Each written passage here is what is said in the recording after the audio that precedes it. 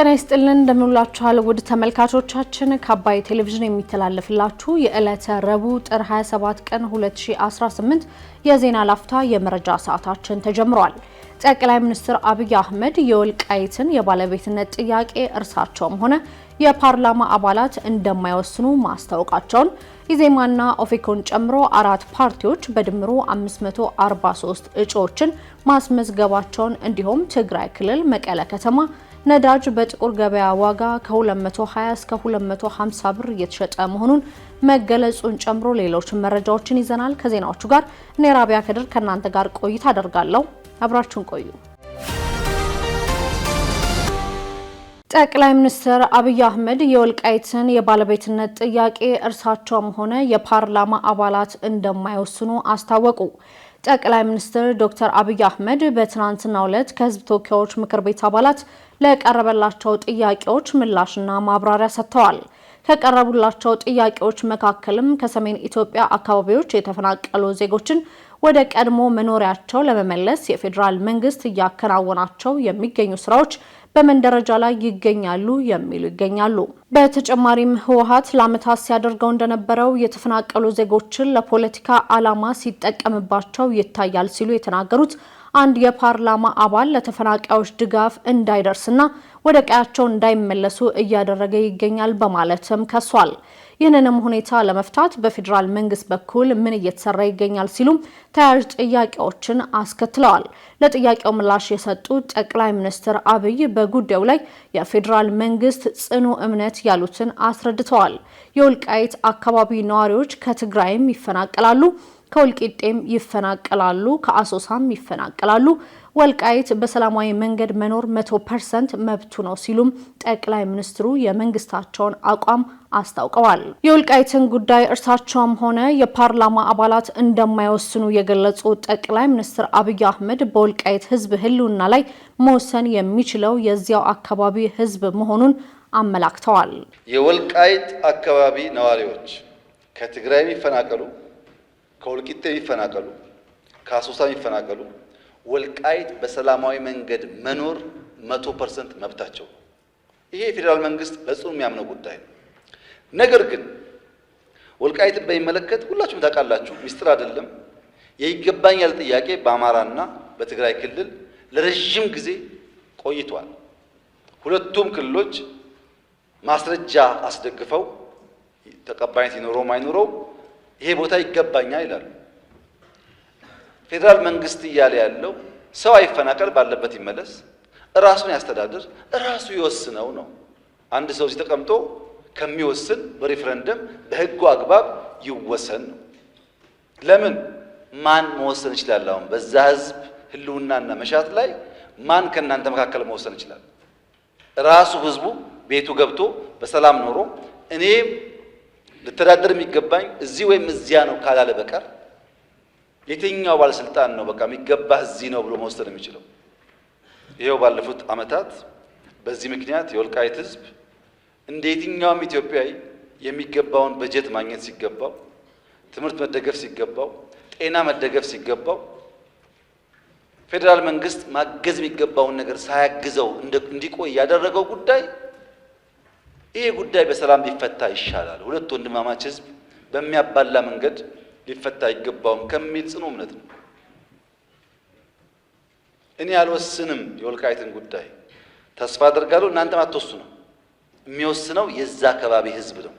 ለዚያ ፓርቲዎች አስቻይ ነገር መፍጠር የሚጠበቅባቸው ይመስለኛል። ኢዜማና ኦፌኮን ጨምሮ 4 ፓርቲዎች በድምሩ 543 እጩዎችን ማስመዝገባቸው ተዘገበ። የኢትዮጵያ ዜጎች ለማህበራዊ ፍትህ ኢዜማ፣ የኦሮሞ ፌዴራላዊ ኮንግረስ ፓርቲ ኦፌኮ፣ እናት ፓርቲና ህብር ኢትዮጵያ ዴሞክራሲያዊ ፓርቲ ለሰባተኛ ጠቅላላ ምርጫ እስከ ጥር 25 ቀን 2018 ድረስ 543 እጩዎችን በአዲሱ ዲጂታል ሲስተም ማስመዝገባቸውን ሪፖርተር ዘግቧል። የኢትዮጵያ ብሔራዊ ምርጫ ቦርድ ለሰባተኛው ጠቅላላ ምርጫ ባወጣው የጊዜ ሰሌዳ መሰረት ከጥር 1 እስከ የካቲት 1 ቀን 2018 ድረስ የእጩዎች ምዝገባን በዲጂታል ሲስተም አማካኝነት እያካሄደ እንደሚገኝ መግለጹም ይታወሳል። ኢዜማ በሰባተኛው ጠቅላላ ሀገራዊ ምርጫ እስከ ጥር 25 ቀን 2018 ድረስ 340 እጩዎችን ማስመዝገቡን እንዲሁም እጩዎቹ መመዝገባቸውን ከብሔራዊ ምርጫ ቦርድ ማረጋገጫ እየጠበቁ መሆናቸውን ገልጿል።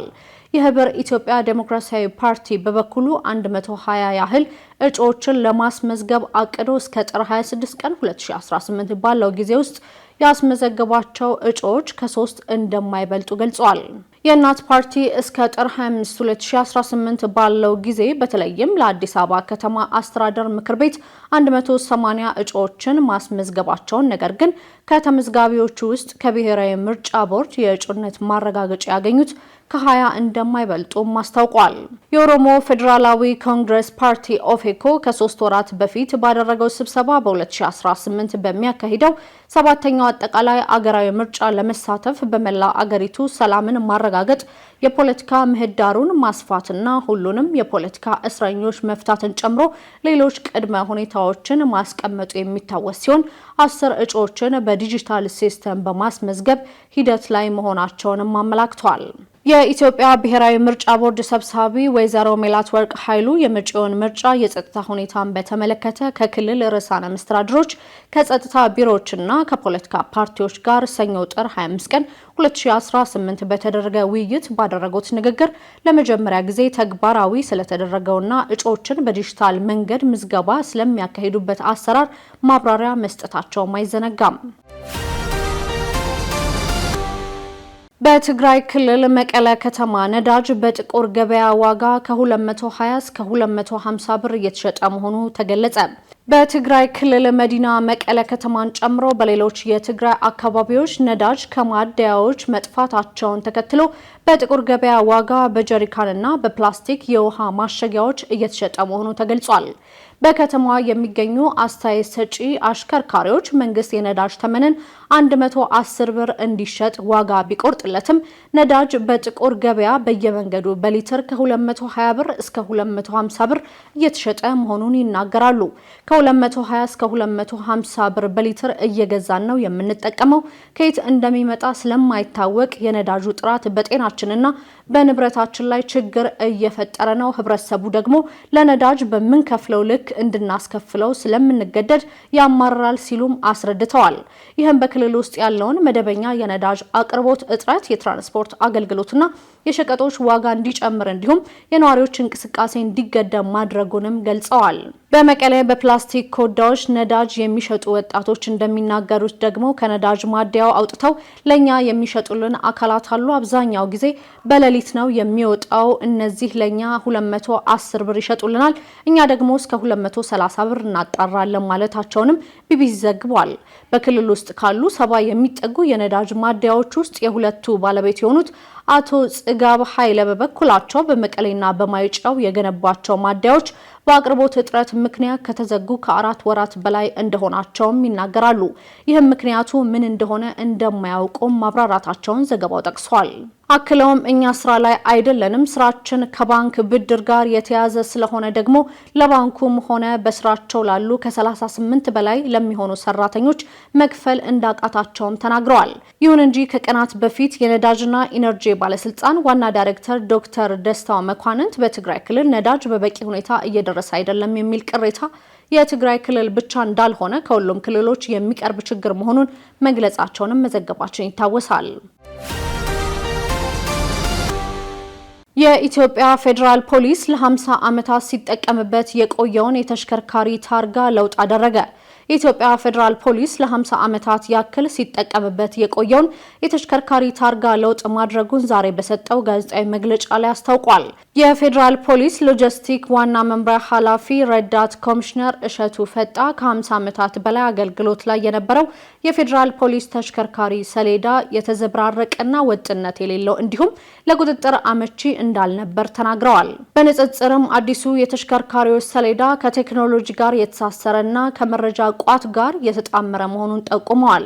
ሰሌዳው በህገወጥ መንገድ የማይባዛ ሚስጥራዊ መለያዎችን የያዘ መሆኑን ለቁጥጥር እንዲሁም የስራ እንቅስቃሴን ቀልጣፋ ከማድረግ አኳያ ከፍተኛ አስተዋጽኦ ይኖረዋል ነው ያሉት።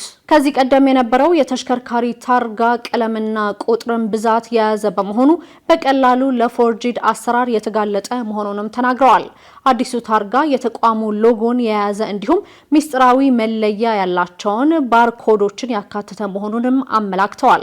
አዲሱ የሰሌዳ ስርዓት ለህዝቡ የሚሰጠውን አገልግሎት ፈጣን፣ ዘመናዊና ግልጽ በማድረግ ተጠያቂነትን የተላበሰ አሰራርን በማስፈን በፖሊስ ተሽከርካሪዎች አማካኝነት ምንም አይነት የዲሲፕሊን ጥሰት እንዳይፈጸም በተሟላ መልኩ ለመቆጣጠር የሚያስችል መሆኑንም ተናግረዋል። የኢትዮጵያ ፌዴራል ፖሊስ በ2030 እንደ ሀገር የተያዘውን የዲጂታል ኢትዮጵያ ልማትን ለማሳካት በርካታ ተግባራትን እያከናወነ እንደሚገኝና ይህም አንዱ የዲጂታላይዜሽን ልማት አካል መሆኑንም ገልጸዋል። አዲሱ ሰሌዳ ይፋ የማድረግ ስነ ስርዓት በነገው ዕለት በተቋሙ ዋና መስሪያ ቤት ከቀኑ 8 ሰዓት ከፍተኛ የመንግስት የስራ ኃላፊዎች በተገኙበት የሚከናወን መሆኑንም በመግለጫው ላይ አስታውቋል። አሜሪካ አውሮፕላን ተሸካሚ በሆነ መርከቧ ላይ በኃይል ሲቃረብ የነበረውን የኢራን ድሮን መታመጣሏን የሀገሪቱ ጦር ቃል አቀባይ ገለጹ። አሜሪካ በአረቢያ ባህር ላይ ወደሚገኘው ወደ ጦር መርከቧ ሲበር የነበረን የኢራን ድሮን መታመጣሏን አስታውቃለች። ድሮኑ ላይ ጥቃት የፈጸመው ዩኤስኤ አብርሃም ሊንከን ከተባለ ግዙፍ የአሜሪካ የጦር መርከብ የተነሳ ኤፍ-35 የተሰኘ የራዳር እይታን የሚያመልጥ ተዋጊ ጀት እንደሆነ የአሜሪካ ማዕከላዊ እዝ ቃል አቀባይ ተናግረዋል። ራስን የመከላከል እርምጃ የተወሰደው አውሮፕላን ተሸካሚውን መርከብና ሰራተኞቹን ለመጠበቅ ሲባል ነው ሲሉም ቃል አቀባዩ ገልጸዋል። በጥቃቱ የተጎዳ የአሜሪካ ወታደርም ሆነ ንብረት የለምም ተብሏል። ይህ ሁኔታ የተፈጠረው በአሜሪካና ኢራን መካከል ያለው ውጥረት እየበረታ መሆኑን ተከትሎ ዋሽንግተን በቀጠናው ያላትን ወታደራዊ ኃይል እያጠናከረች መሆኗ ተገልጿል። ፕሬዚዳንት ትራምፕ ኢራን የኒውክሌር ፕሮግራሟን ለመገደብ የሚያስችል ስምምነት ለመፈረም ድርድር ካላደረገች እርምጃ እንደሚወስዱም ተናግረዋል። የኢራን ድሮን ተመቶ ከወደቀ በኋላ ከፎክስ ኒውስ ጋር ቆይታ ያደረጉት የዋይት ሃውስ ፕሬስ ሴክሬታሪያት አሜሪካና ኢራን በዚህ ሳምንት መጨረሻ ለማካሄድ የቀጠሩት ድርድር አሁንም እንደተጠበቀ መሆኑን ገልጸዋል።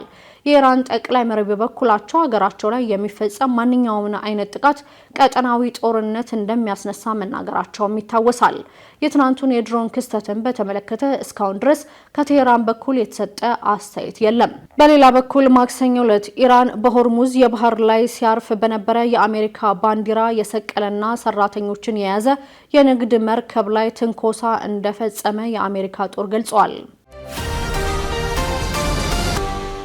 የተለያዩ መረጃዎችን ያደረስንበት የዕለቱ የዜና ላፍታ የመረጃ ሰዓታችን የተከታተላችሁትን ይመስል ነበር። ውድ ተመልካቾቻችን አብራችሁን ስለነበራችሁ ደግሞ ከልብ እናመሰግናለን። በያላችሁበት መልካም ቀን